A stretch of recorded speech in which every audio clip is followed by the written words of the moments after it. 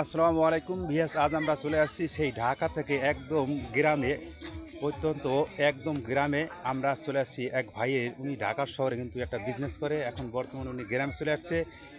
কেন গ্রামে আসছে তার সাথে আমরা প্রশ্ন করবো যে উনি কেন গ্রামে আসছে। আসসালামু আলাইকুম। ওয়ালাইকুম আসসালাম। ভাই, আপনি তো ঢাকা ব্যবসা করেন, জি। আপনি ঢাকা থেকে কেন গ্রামে আসলেন?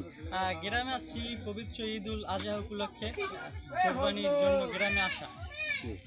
তো গ্রামে আসলে তো শহরে আপনি ঈদ করতে পারতেন, কিন্তু গ্রামে এসে ঈদ করার জন্য আসলে অনুভূতিটা। চাইলেই শহরে করতে পারতাম, সব সুযোগ ছিল, কিন্তু গ্রামে এই যে পরিবার, প্রিয়জন, যেখানে বাল্যকাল থেকে বড় হয়েছে, এই এলাকার মানুষজন, এদের সাথে ঈদ করার মতন মজা আসলে শহরে পাওয়া যায় না। যার জন্য বারে বারে ছুটে আসি গ্রামে, মা ও মাটির টানে এটা সবসময় আসা হবে।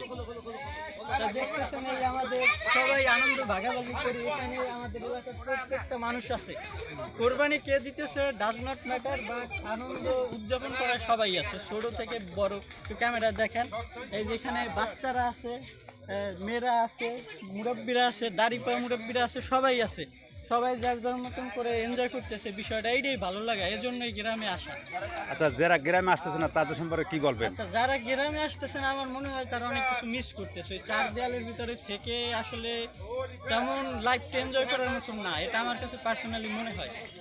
ঠিক আছে, আপনাকে অসংখ্য ধন্যবাদ যে আপনি শহর থেকে গ্রামে এসে ঈদ করতেছেন। আসসালামু আলাইকুম, ভালো থাকেন। ওয়ালাইকুম আসসালাম।